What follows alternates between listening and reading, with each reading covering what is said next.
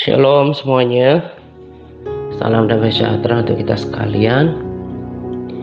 Pada kesempatan ini saya akan memberikan pesan penegasan dari rekomendasi video yang saya saksikan. Tentunya bukan cuma memberkati, tetapi menjadi peringatan atas kita, gitu ya. Karena ini adalah penegasan video, rekomendasi video, sehingga judul daripada sharing ini juga adalah saya ambil dari video tersebut, judul dari video tersebut ya. Dan video aslinya juga saya akan bagikan pada kolom komentar pada channel YouTube kita, gitu ya. Nah, sebelum saya masuk pada sharing, jadi video ini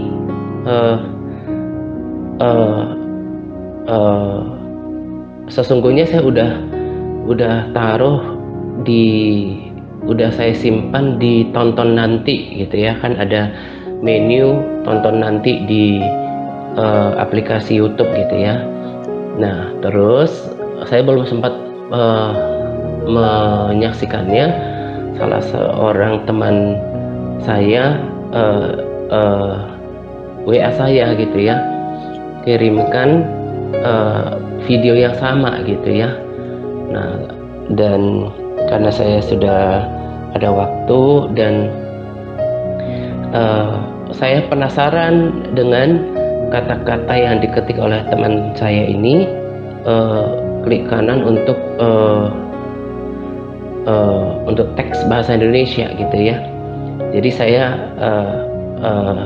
jadi tambah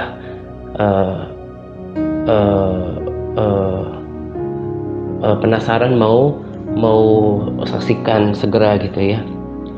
Nah, rasanya loh, ini rasanya memang dulu juga saya sudah tahu, gitu,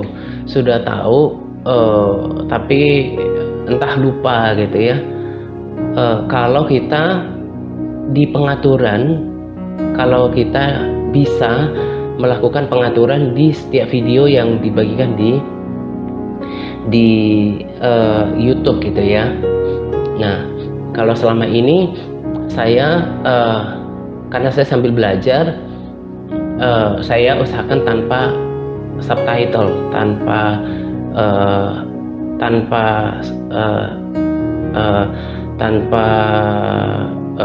teks, gitu ya, baik yang teks asli maupun terjemahan.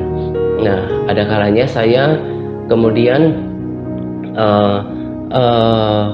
buat subtitle, apalagi ketika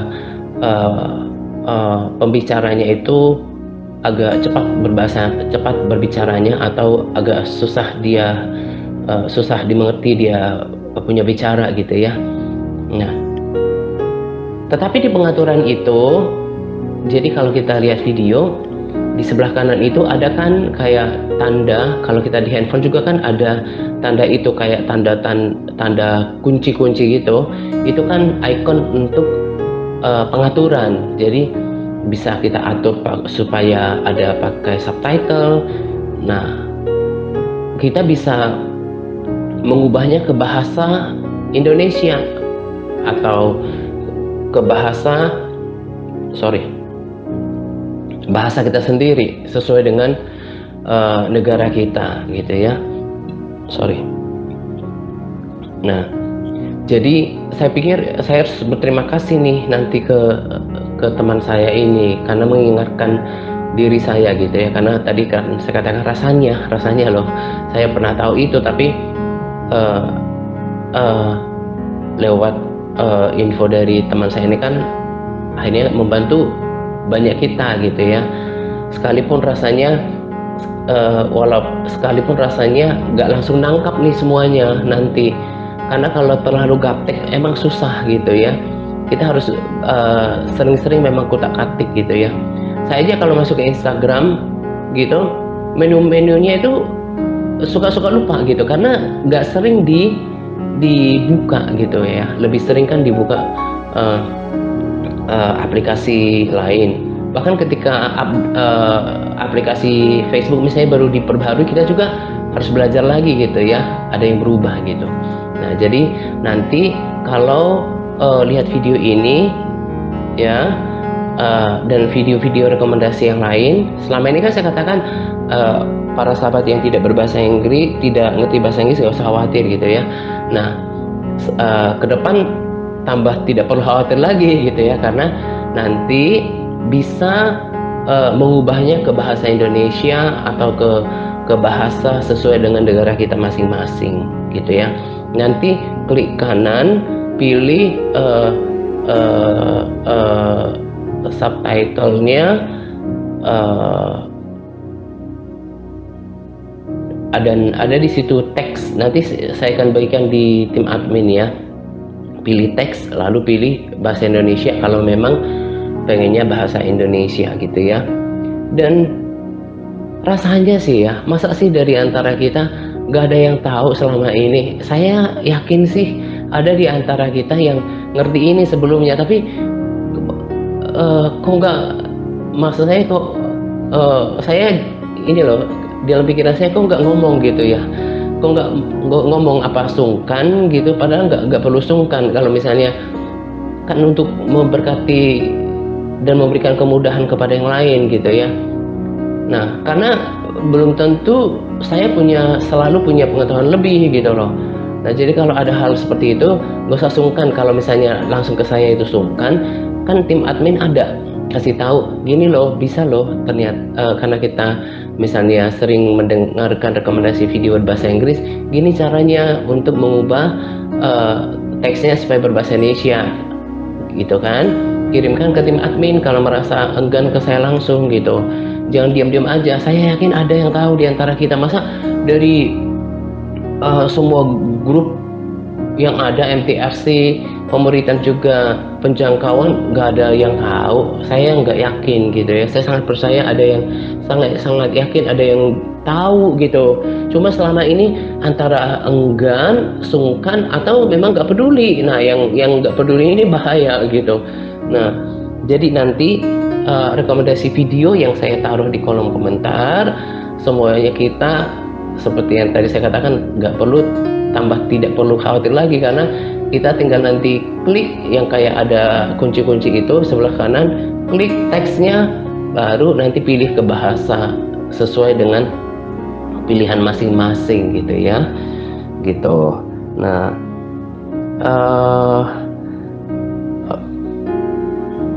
kali ini saya akan buat lagi penegasan rekomendasi video, dan pesan-pesannya itu sebetulnya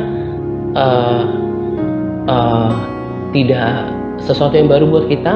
Lagi-lagi saya katakan bukan sesuatu yang baru buat kita, dan merupakan penegasan dari dasar firman Tuhan. Saya tidak akan pernah membagi sesuatu kalau nggak ada dasar firman-nya gitu ya, karena firman Tuhan itu kebenaran dan nggak perlu dipertanyakan gitu.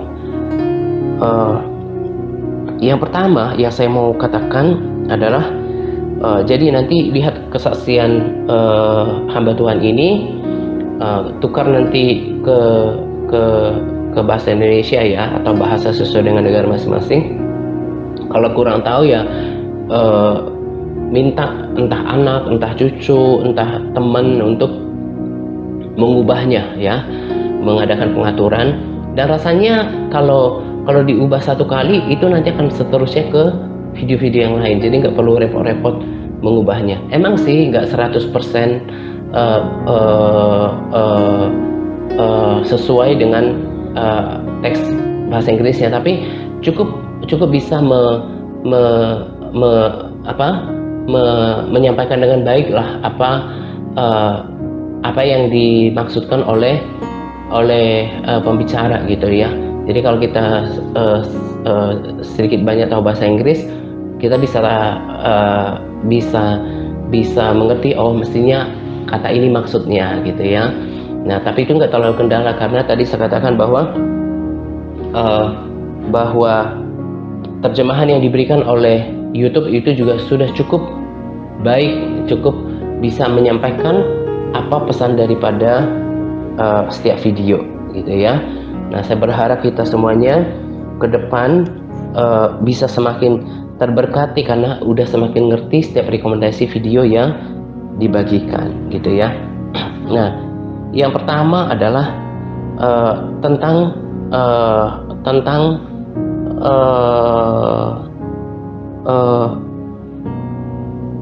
dosa ya. Jadi udah berkali-kali saya katakan, bahkan dari kurang lebih 8 tahun yang lalu sejak pelayanan ini ada, makanya saya selalu berbicara tentang ketaatan, dosa dan ketaatan di awal, baik dari TRM maupun ketika kita buat TRC channel ya kan. Saya ungkap dulu tentang dosa karena udah jelas dosa upahnya maut, tanpa memandang status dan latar belakang seseorang. Entah dia cuma jemaat biasa, entah dia seorang yang sangat berpendidikan dalam teologi ya, entah dia seorang yang punya pelayanan besar, dia adalah seorang oknum hamba Tuhan. Kalau dia berbuat dosa, maka sia-sialah apa yang dilakukannya kepada Tuhan, karena akhirnya adalah maut gitu. Makanya sampai Paulus katakan seperti ini. Saya bacakan dari 1 Korintus 9:27 ya. Ini nanti bisa di-compare dengan terjemahan baru. Dikatakan, sama seperti seorang atlet, saya menggembleng tubuh saya, melatih melakukan hal-hal yang harus dilakukan dan bukan hal-hal yang dikehendakinya. Sebab kalau tidak, saya takut kalau setelah mempersiapkan orang lain untuk perlombaan, saya sendiri dinyatakan tidak memenuhi syarat lalu ditolak. Kalau dalam terjemahan baru, supaya setelah memberitakan Injil, saya jangan ditolak. Atau terjemahan lain berkata, setelah saya berkhotbah, udah berkhotbah nih, udah melayani, tapi dia sendiri yang ditolak. Nah, ditekankan ya, ini pengertian saya, ditekankan di kalimat sebelumnya, saya menggembleng tubuh saya ya, dan melatihnya dan melakukan hal untuk melakukan hal-hal yang harus dilakukan dan bukan hal yang dikehendakinya. Jadi ini lebih pada, selain melatih dulu saya katakan, 2 tahun yang lalu saya katakan, ini kan termasuk juga melatih tubuh untuk beribadah ya. Tapi hampir semua maksudnya menggembleng tubuh ini lebih pada titik beratnya adalah tentang apa yang dikatakan oleh 1 Yohanes 2:16, karena semua yang berasal dari dunia ini menjauhkan kita dari Allah, yaitu sifat-sifat duniawi adalah hawa nafsu badani, yaitu keinginan daging, keinginan mata ya. Kalau terjemahan baru katakan keinginan daging, keinginan mata, keinginan kesombongan hidup. Nah, kalau di terjemah sederhana lebih ditegaskan lagi, sifat-sifat duniawi adalah hawa nafsu badani. Kalau firman Allah yang hidup lebih ditekankan lagi, yaitu keinginan seks gitu. Jadi kenapa saya tekankan di sini? Karena perkara itu selain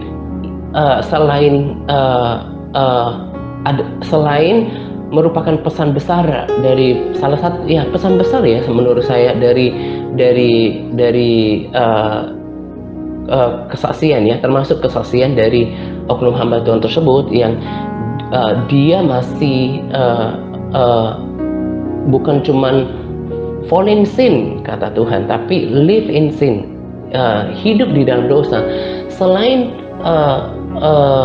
persoalan beliau, ini juga menjadi persoalan kebanyakan orang. Memang keinginan badani itu, keinginan seks itu sangat kuat gitu, sangat kuat. Dan kemarin juga kan kita lihat kesaksian tentang yang diterjemahkan di Facebook ya, tentang berbagai penyimpangan keinginan badani ini yang tidak seturut dengan firman Tuhan. Karena ini membuat orang jatuh di dalam dosa, termasuk diri saya. 80% yang saya pikir yang membuat saya jatuh dalam dosa di waktu yang lalu adalah keinginan badani. Nah, Paulus juga menekankan itu karena itu sangat berbahaya. Dia menggembleng tubuhnya dan melatihnya melakukan hal-hal yang harus dilakukan dan bukan hal yang dikehendaki. Nah, dia menekankan pada tubuh. Ya, saya ulangi kembali, di waktu yang lalu saya katakan ini juga menggembleng tubuh untuk beribadah, untuk mencari Tuhan. Tapi mostly itu berbicara tentang hawa nafsu badani. Nah, itu harus benar-benar dikontrol. Kalau Paulus lebih tegas lagi katakan, saya suka di firman Allah yang hidup, katakan dia harus gembleng, dia harus meniadakannya, menaklukkannya, dan tidak dikuasai olehnya. Ya, Yohanes juga berkata di 1 Yohanes 2 ayat 1 ya, sebelum ayat 16 tadi dikatakan bahwa anak-anakku yang terkasih, saya menulis surat ini kepada kalian untuk mengingatkan kamu supaya jangan berbuat dosa. Tetapi kalau ada yang berbuat dosa, ingatlah bahwa kita mempunyai pembela di hadapan Bapa, yaitu Kristus Yesus yang selalu bertindak adil. Nah, jadi selain pertobatan, ya, walaupun sebetulnya pertobatan itu satu paket dengan meninggalkan dosa, ya, selain pertobatan, pesan yang urgent, yang urgent, yang penting dari Alkitab adalah supaya meninggalkan dosa, gitu. Dan salah satu yang besar adalah keinginan badani. Nah, kesaksian beliau itu adalah jatuh di area itu. Nah, saya selalu ingatkan diri saya juga udah ungkapkan di waktu-waktu yang lalu, gitu ya. Buat apa kemudian saya melayani, gitu ya? Lebih baik misalnya kalau nggak ada panggilan dalam diri saya, ya, lebih baik nggak usah melayani lah, tapi hidup benar. Daripada melayani tapi nggak hidup benar, sia-sia. Ngerti ya bahasa saya, ya? Makanya yang saya prioritaskan adalah to live my life, and I determine to live my life in the righteousness, pursue the holiness, dan juga bertekad untuk live by my faith, ya, untuk hidup dalam kebenaran, kemudian mengejar kekudusan. Di video juga dikatakan tanpa kekudusan tidak seorang pun akan melihat Tuhan. Bagaimana Tuhan berkata kepada beliau bahwa kamu kira bahwa kalau aku menampakkan diriku dalam kemunculanku, kamu akan ikut? Gak akan. Padahal dia pelayanan luar biasa, bahkan melakukan mujizat juga,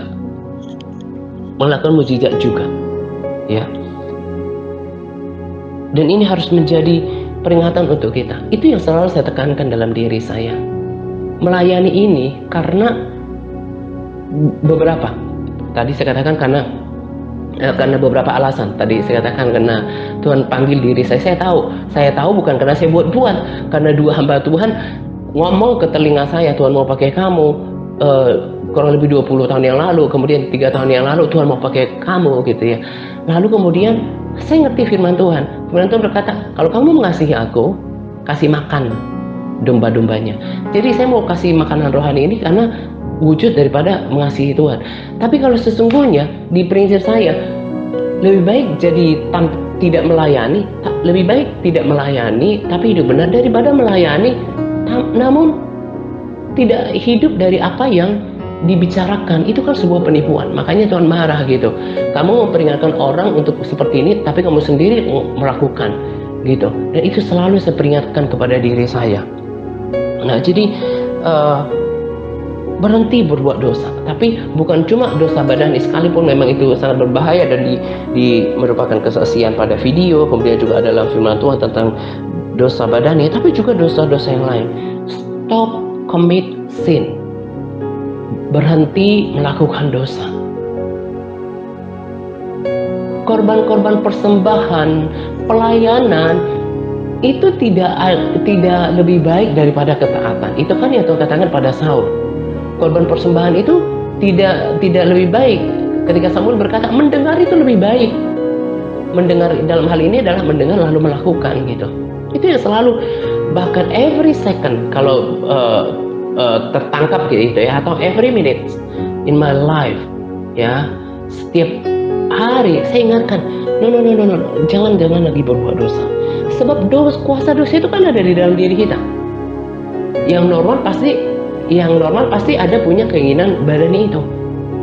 Termasuk juga sebetulnya amarah, ya, dosa yang lain. Itu harus seperti dulu ada seorang ibu yang hamba Tuhan dipakai, dosa apa? Tidak mengampuni gitu. Itu yang pertama sekali kita harus bereskan, dan itu yang menjadi fokus dalam mengikut Tuhan. Do not commit any sin anymore. Jangan lagi melakukan dosa apapun. Kemarin saya baca, ya, bahasa sederhana kan enak dibaca, ya. Ada orang yang berpikir, mana Tuhan udah janji mau datang, tapi nggak datang juga kan gitu. Nah, anggaplah itu sebagai kebaikan Tuhan, supaya untuk beberapa hal, supaya lebih banyak lagi jiwa-jiwa diselamatkan. Tapi sebetulnya untuk diri kita, kalau kita sungguh-sungguh sadar itu, maka kita akan betul-betul terharu betapa baiknya Tuhan. Jadi ketika kita lahir baru, bahkan kita yang di sini, ya, kita udah bertobat, udah melakukan segala macam, kita itu belum sempurna. Nanti akan ada titik di depan, di perjalanan, kita baru mampu melihat ke belakang, oh yang ini nih dosa gitu, paham ya? Jadi dalam proses perjalanan sanctification atau pendewasaan, kita baru tahu, oh kadang-kadang kan kita berharap, oh Tuhan datanglah sekarang gitu, ya. Kalau Tuhan datang, jangan-jangan kita juga nggak layak gitu.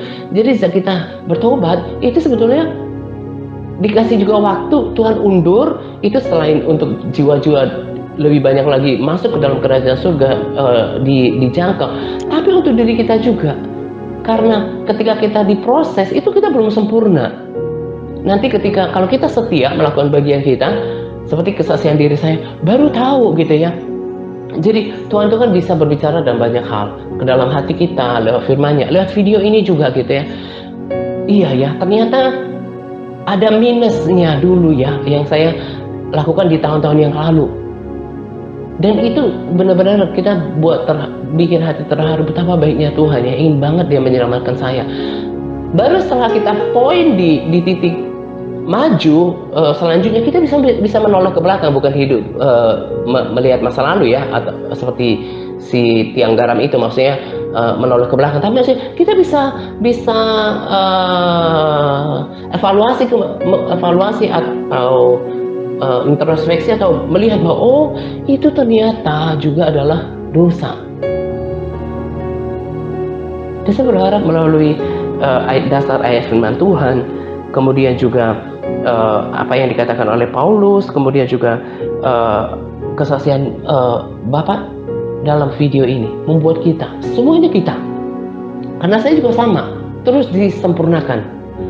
Makanya jangan merasa saya udah top deh gitu, ya.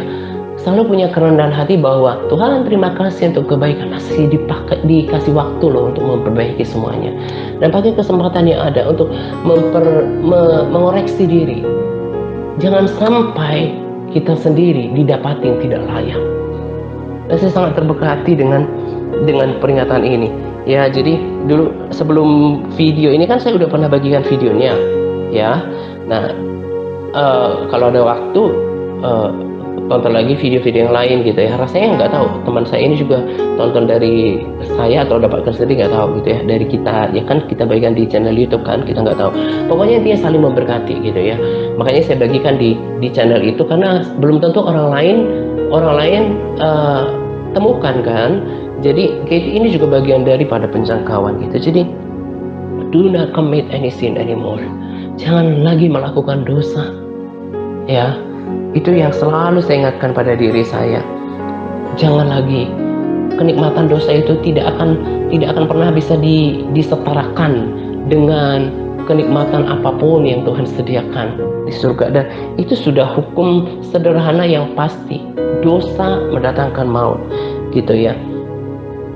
Lalu saya juga bagikan di sini penegasan dari apa yang saya sampaikan di waktu lalu juga, gitu, ya. Karena firman Tuhan kan katakan bahwa nanti pada akhirnya, pada hari terakhir, ada orang-orang yang berbuat, ya, mengadakan tanda-tanda mujizat, tapi ditolak oleh Tuhan karena hidup dalam dosa, gitu, ya.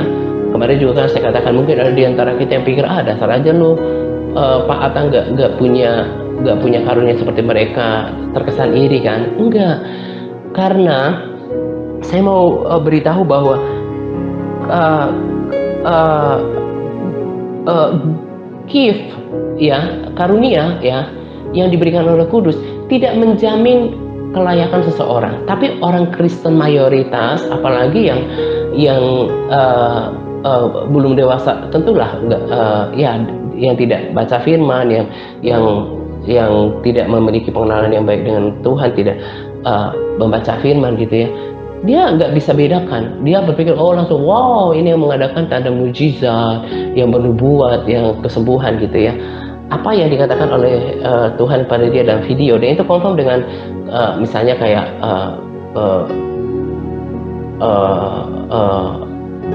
oknum hamba Tuhan yang ternama dulu worldwide, yang saya kadang-kadang juga nggak mau sebutkan namanya gitu ya. Dia pelayanan dunia, menyembuhkan banyak orang, tapi Tuhan nggak berkenan dengan oknum ini.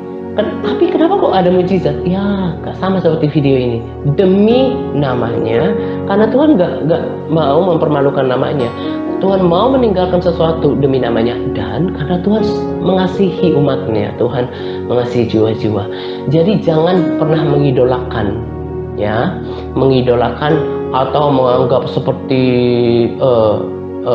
mengkultuskan oknum hamba Tuhan yang punya karunia, misalnya kesembuhan, mujizat, nubuat atau penglihatan. Itu tidak lebih baik di hadapan Tuhan daripada sebuah ketaatan atau mendengar ketika Tuhan memperingatkan Saul lewat Samuel. Jadi yang paling utama itu apa? Yang selalu saya katakan, live in the righteousness, obedience. Itu yang terpenting daripada segalanya. Ya, jadi jangan menilai juga pelayanan seseorang daripada popularitasnya, pelayanannya yang besar. Itu nggak jaminan. Makanya kan kita akan kaget, dia bernubuat, dia punya pelayanan besar, dia menyembuhkan orang, tapi bukan semua ya. Tapi pasti ada. Tetapi ternyata hidup di dalam filthiness, di dalam kekotoran, kebusukan, masih hidup dalam dosa.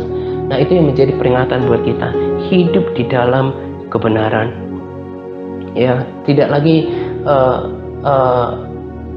melakukan dosa, kemudian juga untuk hidup dalam kebenaran, gitu ya. Ya, termasuk juga disinggung di situ ada orang-orang yang masih iri hati, kedengkian. Makanya saya selalu berdoa untuk Tuhan, koreksi diri saya dan angkat segala sesuatu yang tidak berkenan di hatimu, gitu ya. Jadi kalau saya suka lihat ada oknum hamba Tuhan yang saya pernah dengar gitu ya, salah seorang oknum hamba Tuhan.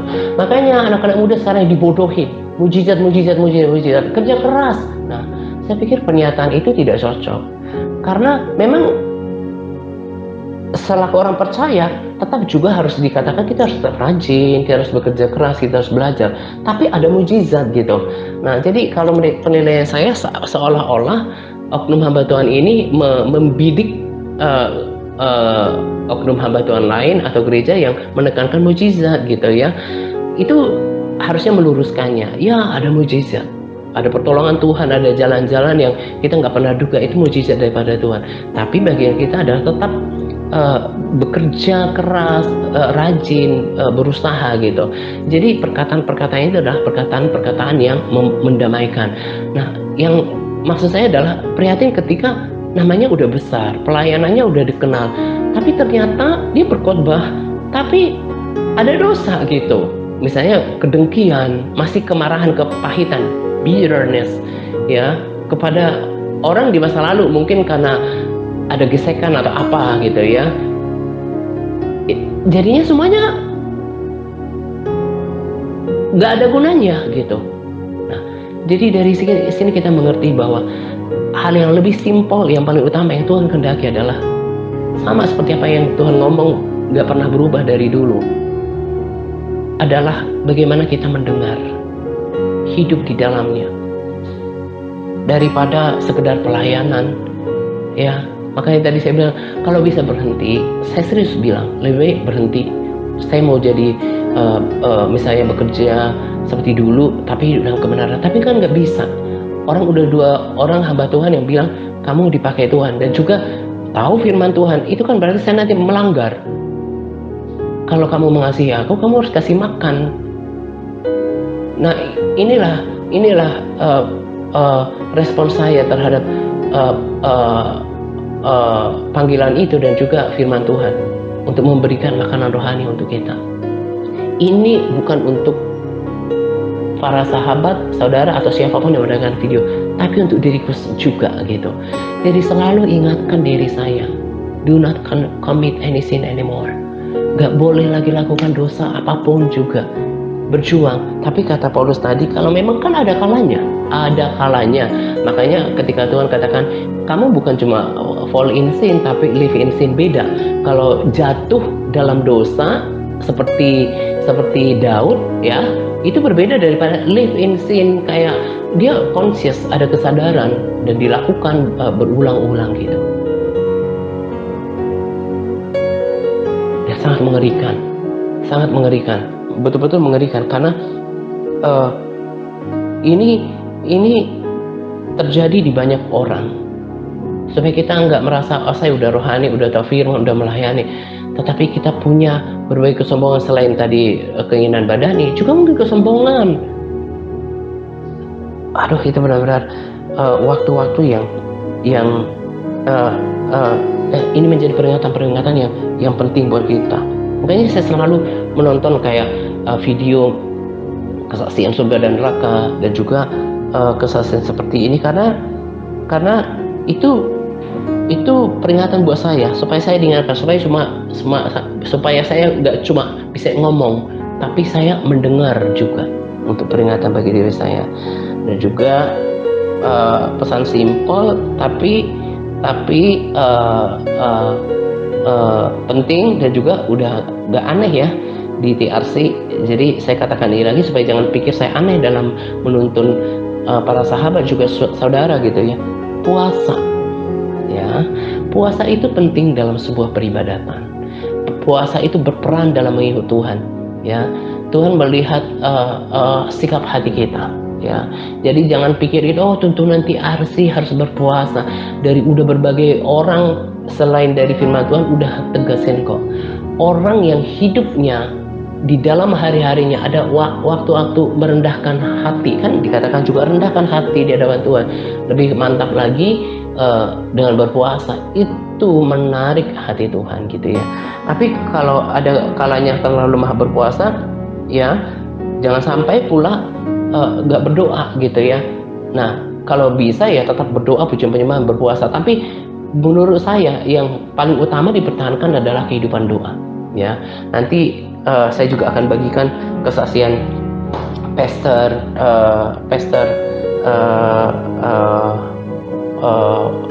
Yongki Cho, ya, yang dikatakan bagaimana dia menjadi gembala yang dipercayakan banyak hal. Dia hanya modal lutut, dia spending 5 hours a day to pray. Dia berdoa 5 jam per hari. Oknum hamba Tuhan yang ada di Indonesia yang udah pernah aku bagikan kan, dia bilang 6 jam per hari dia berdoa.